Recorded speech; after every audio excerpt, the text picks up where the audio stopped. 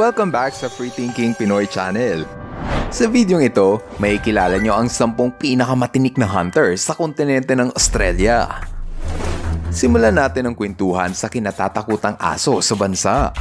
Ito ang mga dingo at sila ang pinakamatinik na hunter sa lugar na ito. Kung titignan mo ang kanilang kulay ng buhok, tindig at pangangatawan, iisipin mo na ito ay pangkaraniwang aso. Gayunpaman, ito ang pinakamalaking mammalian carnivore sa kontinente. Paborito nitong targetin ng mga kangaroo na nagkalat sa buong Australia. Tulungan ang estratehiya ng mga asong dingo para makapambiktima ng kangaroo.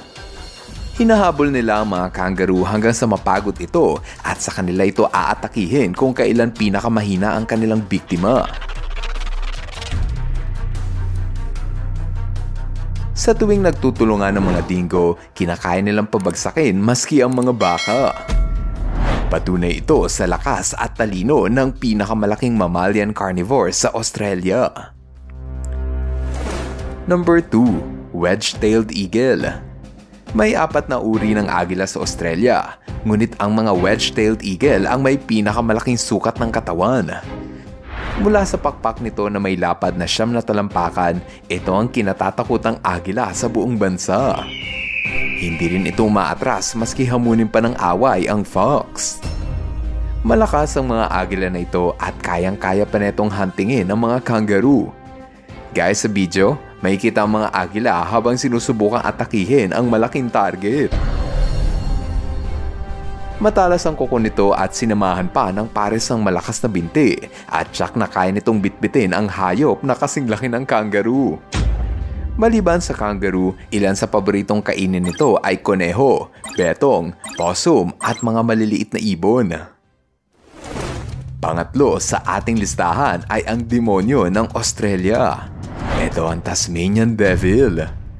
Tinawag itong devil dahil inakala ng mga sinaunang tao na ang boses nito ay nanggaling sa humihiyaw na halimaw.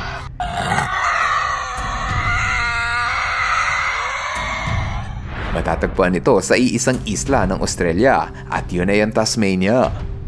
Kasali ito sa ating listahan dahil ang mga Tasmanian Devil ay kilalang malulupit na hunter. Ilan sa paborito nitong kainin ay ang betong, potorus, wallabies at pati na wombat. May bigat lamang ito na 15 kilo, halos kasing bigat lang ng maliit na aso, ngunit bumawi naman ito sa palakasan ng katawan. Ang mga Tasmanian Devil ang isa sa may pinakamalakas na pangkagat sa lahat ng hayop. Kung tutusin, mas malakas pa ang kagat nito kaysa sa kagat ng tigre. Kaya naman huwag mong susubukang hawakan ang hayop na ito kung ayaw mong maputulan ka ng daliri. Ang susunod sa ating listahan ay ang pinakamahabang ahas ng Australia. Ito ang scrub python. Isa rin ito sa pinakamalaking ahas sa buong mundo. Kaya kasi nitong umabot sa haba na 28 feet. Dahil sa laki ng kanilang katawan, kaya na nitong lumanok ng isang buong kangaroo. Ang ahas na ito ay tinawag na scrub python dahil matatagpuan ito sa scrubland o yung lugar na mabuhangin, madamo at kakaunti lang ang puno.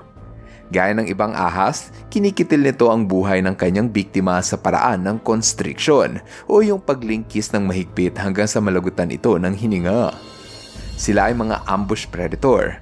Ibig sabihin, tahimik lang itong naghihintay sa isang sulok hanggang sa may dumaang maliit na hayop para kainin ng ahas.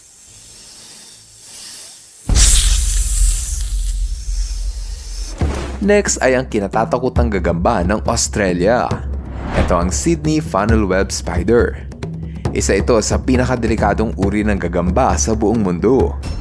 Kapag kinagat ka ng funnel web spider sa kamay, pwede itong mabulok. Ganun katindi ang kamandag ng small but terrible na gagambang ito. Kasali ito sa ating listahan dahil ito ang pinakamabangis na gagamba na native ng Australia. Ilan sa mga paboritong kainin nito ay ang mga daga, palaka, insekto at millipede.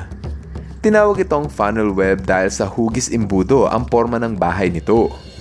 Kapag naramdaman nito na may gumagalaw sa kanyang sapot, lalabas ito para umatake. Oh no! Kaya naman kapag nasa Australia ka nagbabakasyon, huwag kang basta-bastang humawak ng sapot dahil malay mo, diyan pala nakatira ang kilabot na gagamba.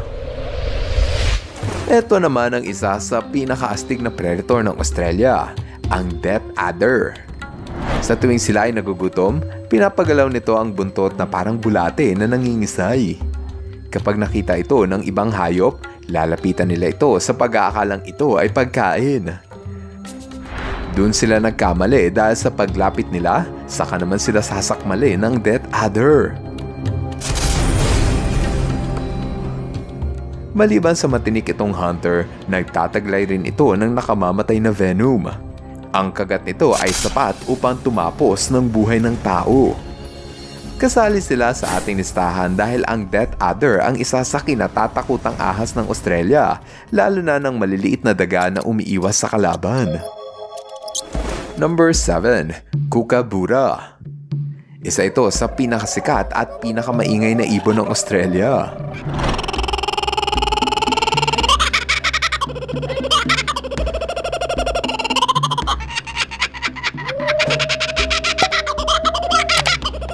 Kahit cute pakinggan ang pangalang Kookaburra, malakas pumuksa ng kalaban ng ibon na ito.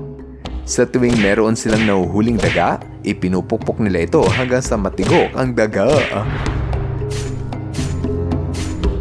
Kapag wala silang mahanap na daga, ibinabaling nila ang kanilang atensyon sa pagkain ng ahas. Akalain mo yun? Maski ang makamandag na ahas ay hindi pinapalagpas ng ibon na ito. Mahalaga ang mga kookaburra sa bansang Australia dahil isa sila sa pumipigil sa pagdami ng populasyon ng daga at ng ahas para ligtas ang mga tao. Pang-8 sa ating listahan ay ang pinaka-cute na predator ng Australia. Ito ang tiger quoll. May timbang lamang ito na 2 hanggang 3 kilo, halos kasing bigat lamang ng ordinaryong pusa. Ngunit kahit maliit, bumawi naman ito sa patapangan. Ilang beses na nga itong namataang kumakain ng malaking biktima gaya ng wallaby. Ilan sa paborito nitong kainin ay ang insekto, quokkas, dunart at potoroo. Ito ang dahilan kung bakit sila kasama sa ating listahan dahil sino mag-aakala na ang ganito ka-cute na hayop ay isa pala sa kinatatakutang maninila ng Australia. Ang susunod sa ating listahan ay ang pinakamalaking lizard ng Australia, ang Perenti. Isa itong uri ng bayawak na tanging sa Australia lamang matatagpuan. Humahaba ito ng 8 talampakan at maaaring umabot sa bigat ng 20 kilo. Matakaw ito dahil kinakain ito ang kahit ano basta't kasya sa kanyang bunganga. Kahit ang makamandag na ahas ay tiyak na hindi nito uurungan. Handa pa nga itong umakyat ng puno para lang sa paghanap ng pagkain. Sobrang tulin tumakbo ng mga Perenti dahil umaabot ito sa bilis na 25 miles per hour.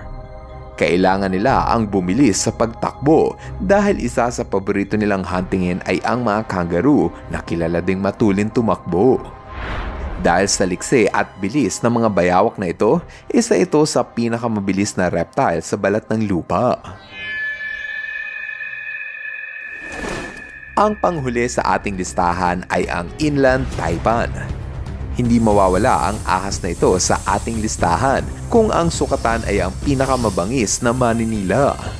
Ang mga inland taipan kasi ang kinikilala bilang most venomous snake in the world. Ang isang patak ng kamandag nito ay sapat upang kumitil sa buhay ng 100 katao. Nag-evolve ang mga inland taipan ng may malakas na kamandag para madaling mamatay ang kanyang biktima. Nakatira kasi ang inland taipan sa malawak na disyerto ng Australia kung saan mahirap makahanap ng pagkain. Mabuti na lang at sa pag-usad ng medisina, nakaimbento ang mga scientist ng anti-venom pangontra sa kamandag. Magpasa hanggang ngayon, wala pang tao ang naiulat na namatay dahil sa kagat ng inland taipan. Ngayon tapos na tayo sa ating listahan. Sana ay pindutin nyo ang like button para mas i-recommend pa ni YouTube ang FTP channel sa iba pang mga viewers na mahilig rin sa mga hayop. Ngayon, andito na tayo sa ating shoutout portion. Hello sa pamilya Dionisio at happy 7th birthday kay Claire. Happy birthday rin kay Emmanuel Nelor B. Coral, Christian Isabel, Princess Anne, Athena Skyla at Christian Nicolay. at kina Chantal, Miguel, Aisha, Rizel, Mami El, at Baby Lexi. Maraming salamat sa inyong panunod. See you guys in our next video. Bye-bye! Hello mga ka-FTP! Ako si Nomer at nagpapasalamat sa inyong panunood. Kung nagustuhan nyo ang video ito, subscribe na sa FTP channel. Don't forget to hit the subscribe button para updated ka sa mga bagong videos. Paalam!